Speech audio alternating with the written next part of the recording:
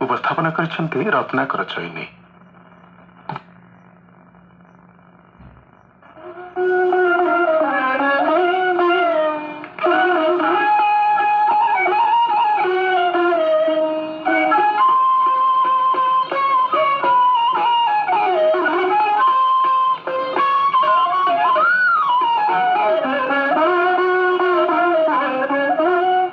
महाप्रभु श्री श्री जगन्नाथ एवं अणसर घरे पुरीर श्रीमंदिर चलनी भाषा अनवसर बास को अणसर बोली कहुए। देवस्नान पूर्णिमा दिन दियो माने स्नान मंडप को विजे करिथांती। स्नान और गुंडीचा यात्रा महाप्रभुंकर दुईटी स्वयं लीला।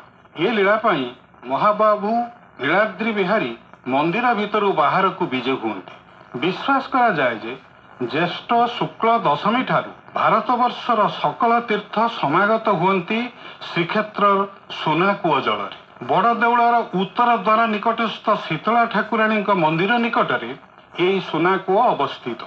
स्नान पूर्णिमार पूर्व दिन सुना गोसाई और मुदिरत 108 गोटी नूतन कुंभरे गराबड़ू सेवकों द्वारा जलराशि आनी अधिवास करी रखती। स्नान पूर्णिमा दिन दियो माने चुआ चंदन कर्पूर दिया से शीतल जल स्नान करते। ठंडा पानी रे अधिक समय स्नान करिवारु महाप्रभु को ज्वर व्याधि हुए, तेणु से अणसर घरे रहती। जगन्नाथ महाप्रभुंकर अधिकांश विधि विधान मानवायित। मनीषंक आचरित कर्म ठाकुरंक लीला रीति रे देखा जाए। तेबे अणसरवास संपर्क रे चमत्कार पौराणिक कहानीटीए अछि। सृष्टि आरंभ कालर कथा। नीलसुंदर पर्वत समुद्रकूल टापुरे अवस्थित थिला।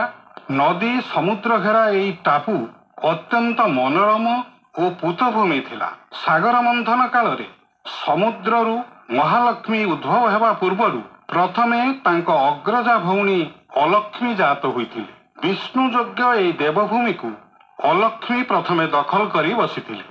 देवता माने एई मनोज्ञ भूमि को अलक्ष्मी कबलरू मुक्त करिवा पई भगवान विष्णु को निवेदन कले। अलक्ष्मी रूपवती हेले मध्य भयंकरा। तांकर विशाल कर्ण, भयंकर गर्जनकारिणी स्वर, आकृति दीर्घ और भयप्रद। विष्णु तांको पाखरे उभा होई विवाहर प्रलोभन देखाइले। अलक्ष्मी विष्णु मायरे भली जाई विवाह आशारे घोर अरण्य रे तांको पछे पछे जाई पहुंचिले। विष्णु तांको गोटे अश्वस्थ गछ मूल बसाई दे पुरोहित संधान रे बाहरी पड़े। किछि समय भितरे उद्दालक ऋषि को विवाह कर्म पई डाकी आनिले। ऋषि मंत्रपाठ करी कर्म संपादन कला बेले विष्णुकर चतुर मायारे उद्दालक सहित अलक्ष्मीकर विवाह होईगला। परिशेष रे यह अलक्ष्मी जानी पारिले। सेही कालरू अलक्ष्मी आवेगमय कंपन रे बिना पवन रे कंपिबाकु लागिला अश्वस्थ गछ। अलक्ष्मी छलनाकारी विष्णु को मध्य अभिशाप देले।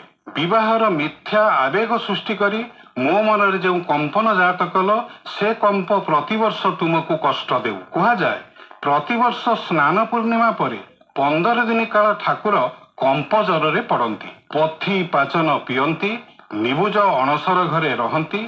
देवता हेले मध्य भूल करिथिबारु प्रभु निजे निजको दंड दियंती। वास्तव दृष्टि देखिले स्नान यात्रा परे मूर्तिमानंकर श्रीअंग विरूप देखा जाई थाए। तेणु एक गुमुट घरे तांकु रखी सुमूर्ति करा जाए। नेत्रोत्सव दिन साधारण रे नवजौवन दर्शन करा जाए।